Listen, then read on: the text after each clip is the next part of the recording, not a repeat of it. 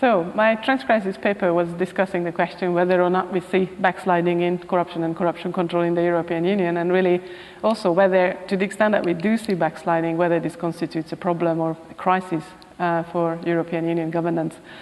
And the findings are mixed. So obviously there is no yes or no answer to these kind of questions. I think we do see that the situation in corruption has worsened in a number of member states, and we also do see that a number of member states' governments have relaxed efforts to combat corruption. I would argue in the paper, I do argue that this actually is a serious problem for the European Union, partly because the enormous volume of public resources that are lost from productive use and really channeled to private purposes.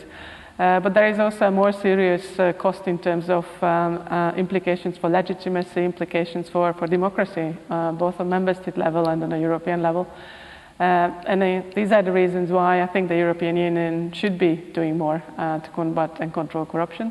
In that sense, what we see in recent years is not only that European Union level efforts have stalled, but also that to some extent EU institutions, notably the European Commission, that was to some extent tasked with corruption control policy on the European level, has really seemed to have lost faith in the worth of this enterprise. I think this is to some extent understandable, because there are more pressing, urgent concerns on the policy agenda. So in that sense, corruption is perhaps not seen as a crisis, but I do think that the long-term implications and the long-term costs are such that this should be seen as a failure of policy on European level.